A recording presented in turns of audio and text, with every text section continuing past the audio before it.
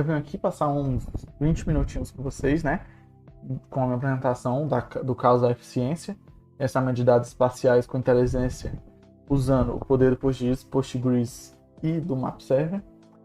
Eu sou Marcílio Farias, eu sou do desenvolvimento e inovação da CADIC, tenho experiência em otimização de processos, de georreferenciamento de dados espaciais, e estou adentrando nos últimos meses, em IA.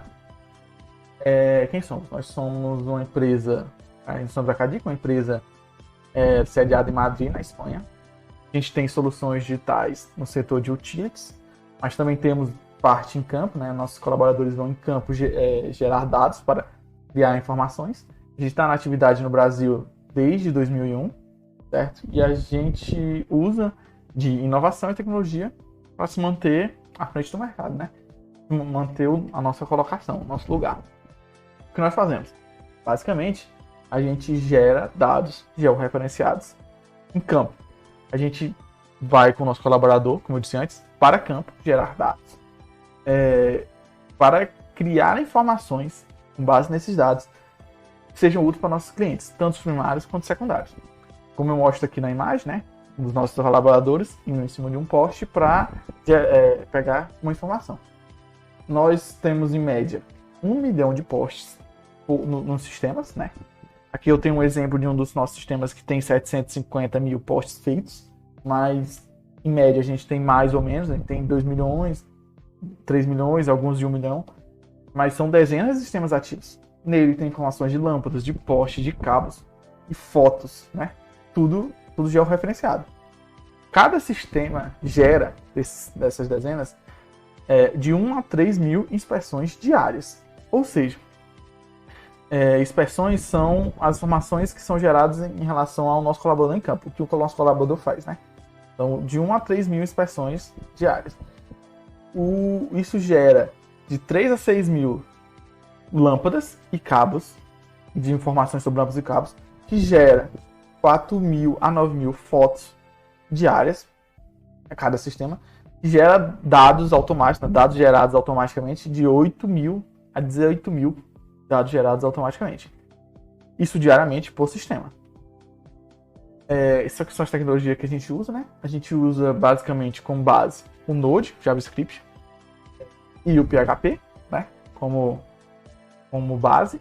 O Python para fazer análise de dados, né? Análise de dados para gerar informações.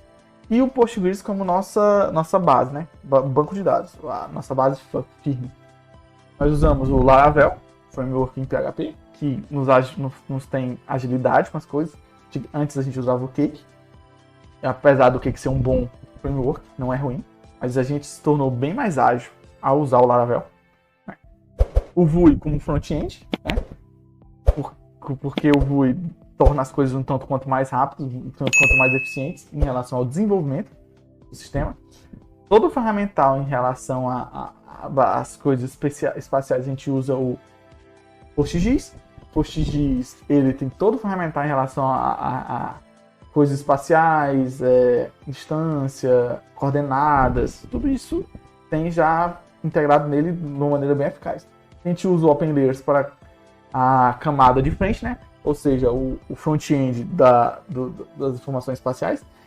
Ele consegue basicamente gerenciar isso aí de uma maneira fácil. O usuário conseguir interagir com mapas, interagir com os pontos, gerar informações. E usamos o MapServer como meio de campo, né? Ele integra o PostGIS com o OpenLayers, né? E é isso. Agora eu vou dar uma geral sobre o que a gente resolve, né? A gente tem milhões de dados georreferenciados. E, basicamente, imagine o seguinte. O nosso cliente, ele quer fazer saber quais os postes que tem dentro desse recorte que ele fez para gerar um relatório de, sei lá, quais dentro desse corte tem lâmpadas com problema. Um exemplo fácil. E ele quer espacialmente fazer isso. Ele quer recortar e gerar os dados, né? Como é que eu faço isso de uma maneira fácil, que seja flexível e que não deixe ele ficar lento, ficar ultra lento as coisas, certo? Que tenha lentidão. Imagina outro problema. Eu preciso saber qual poste está mais perto desse poste aqui, porque ele tem um problema de informação e eu quero saber se esse problema de informação é real, ou seja, os dados que ele tem aqui é real, ou é um erro nos nossos dados. Eu quero saber qual poste mais próximo para a gente comparar as coisas. Isso é extremamente complicado. Não é simples. E é basicamente isso. A gente precisa ter uma flexibilidade e desempenho, ou seja, tudo tem que rodar rápido. Não pode ser fechado, por exemplo. Não posso ter que somente seja um quadrado, somente seja esse quadrado, por exemplo. E as coisas têm que ser rápidas. E tem que gerar relatórios e dados de maneira eficaz. Não adianta a gente ter todos esses dados se a gente vai gerar 900 horas para poder gerar um relatório. Não faz nem sentido. A solução que a gente apresentou para isso foi usar o Postgres, né, como nosso banco de dados, o PostGIS como ferramental todo para a gente gerar dados aqui, o OpenLayers para fazer o usuário interagir com o mapa e o Map Server para fazer o meio de campo, né? Ele faz o meio de campo entre o OpenLayers e o PostGIS, com o WMS e o WFS, né? São dois tipos de interatividade entre dados espaciais e o mapa. O que a gente pretende no futuro aqui é aumentar a disponibilidade disso, ou seja, separar, paralelizar isso aqui em vários servidores. Existe também um componente de análise espacial feita direto dentro do Pandas, porque o GeoPandas ele é um tanto quanto mais veloz para certos cenários. Esses cenários sendo cenários na qual a gente roda tudo dentro da memória, ou seja, a gente faz um pré-filtro, joga tudo dentro da memória, roda tudo dentro da memória para gerar o relatório e depois cospe o relatório, sendo muito mais rápido em IA. Especialmente para casos como esse aqui, né? Como eu falei. A gente tem problemas de saber quais informações. Então a gente podia ser básico, a gente podia passar um IA aqui, tentando definir possíveis problemas, porque a IA é uma máquina de previsão. Eu faria uma previsão de como seria um poste se ele estivesse ali, e quais os dados que a gente tem, o que tem divergência, e a gente conseguiria ver se essa divergência é real ou falsa.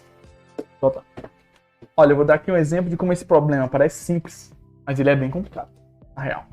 Então imagina o seguinte, eu tenho esse poste aqui, o 781175, e eu preciso saber qual a distância entre os dois pontos, né? Então, o que eu faço? Eu faço a distância de dois pontos, porque a gente aprendeu no colégio. Quadrado da diferença de x mais o quadrado da diferença de y, tirando raiz. Só que aqui seria a diferença angular, né? Que a gente não quer, a gente quer a diferença em metros. Então a gente pega, multiplica e converte para metros. Eu fiz um script aqui em Python, simples, pra gente pensar como seria feito. Eu fiz, ele executa, dá 17 milissegundos. Parece rápido. Parece bem rápido se você parar pra pensar. Pô, 17 milissegundos é quase nada. Mas aqui é só dois postes. 2 pontos, né? Imagina se fosse 2 milhões de pontos. Eu teria que fazer de todos para depois filtrar e saber qual é o que eu queria. Se fosse 100 postes, isso já seria 950 horas. Viável, completamente. Agora imagina, agora você pode me dizer, pô, você fez aí em Python. Python é linguagem interpretada, não usou funções, um monte de coisa. Então vamos fazer o seguinte, vamos fazer direto no banco. Geralmente é mais rápido. Vai direto do banco, fiz aqui um SQL direto do banco e executei. O que eu executei, 9 milissegundos. É melhor? Muito melhor, 50% quase. A gente passou de 950 horas para 475. Melhorou, mas inviável ainda. Aí que entra o PostGIS, né? O PostGIS é uma extensão do Postgres que tem todo o ferramental para pesquisa espacial, para salvar informações espaciais e tudo isso dentro dessa própria ferramenta. Ela melhora em muita velocidade. Agora, imagina o seguinte, vamos fazer isso dentro do PostGIS, né? Pegar a mesma lógica que a gente estava fazendo lá.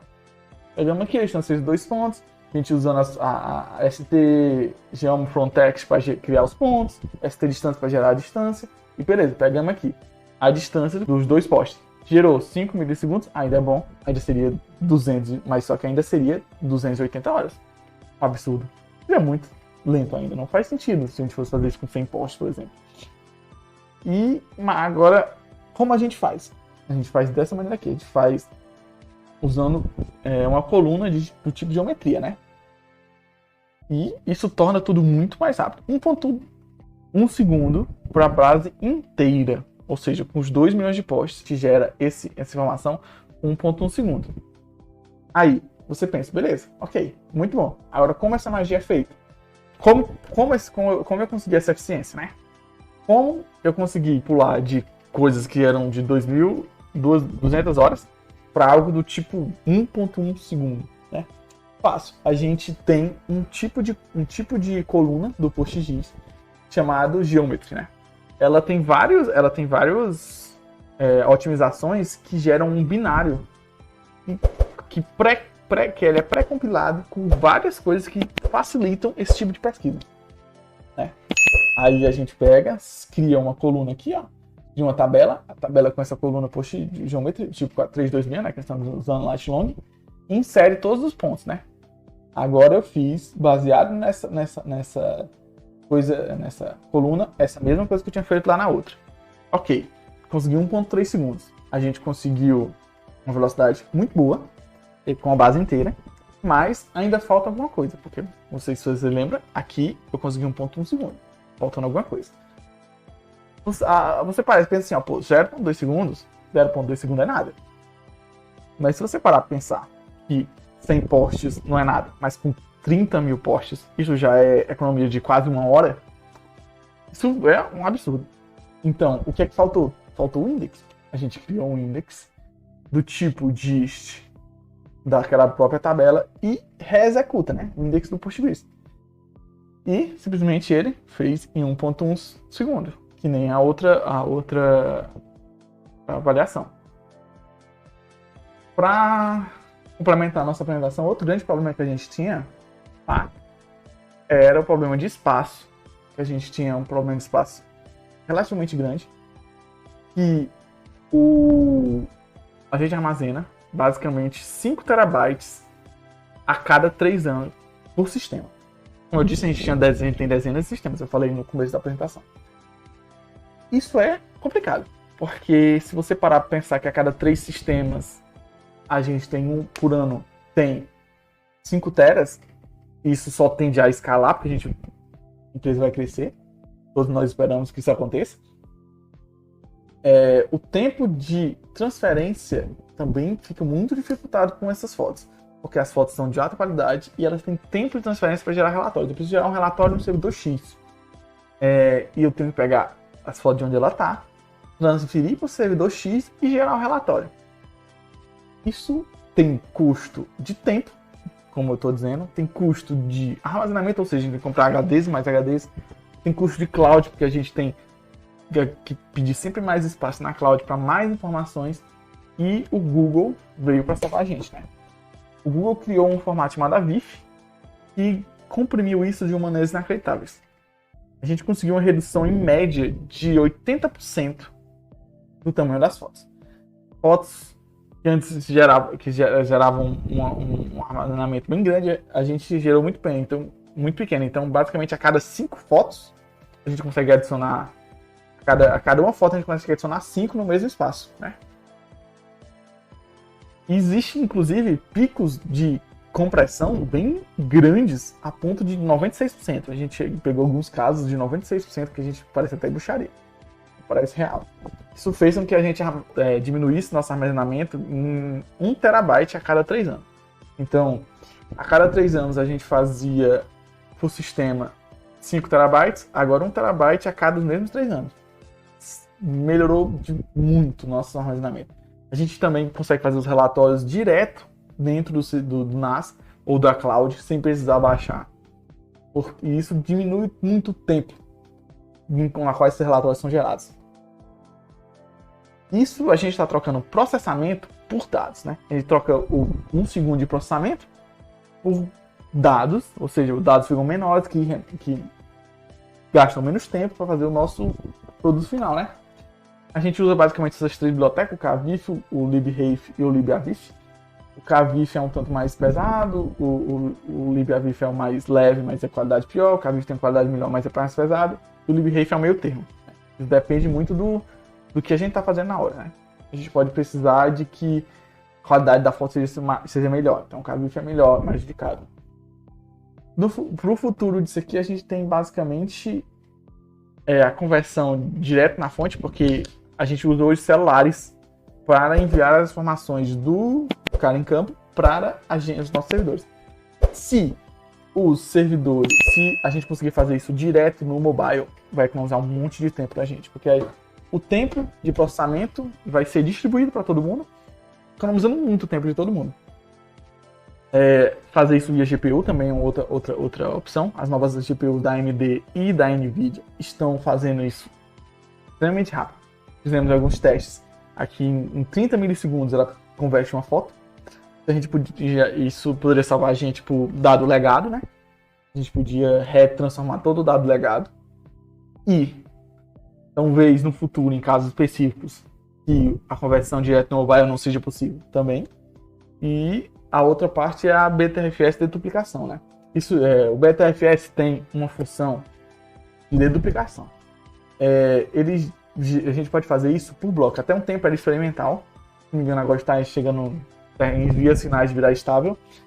A gente pode deduplicar os arquivos por bloco. Ou seja, um bloco que seja igual ao outro bloco, eu posso simplesmente ter só um dele. Né?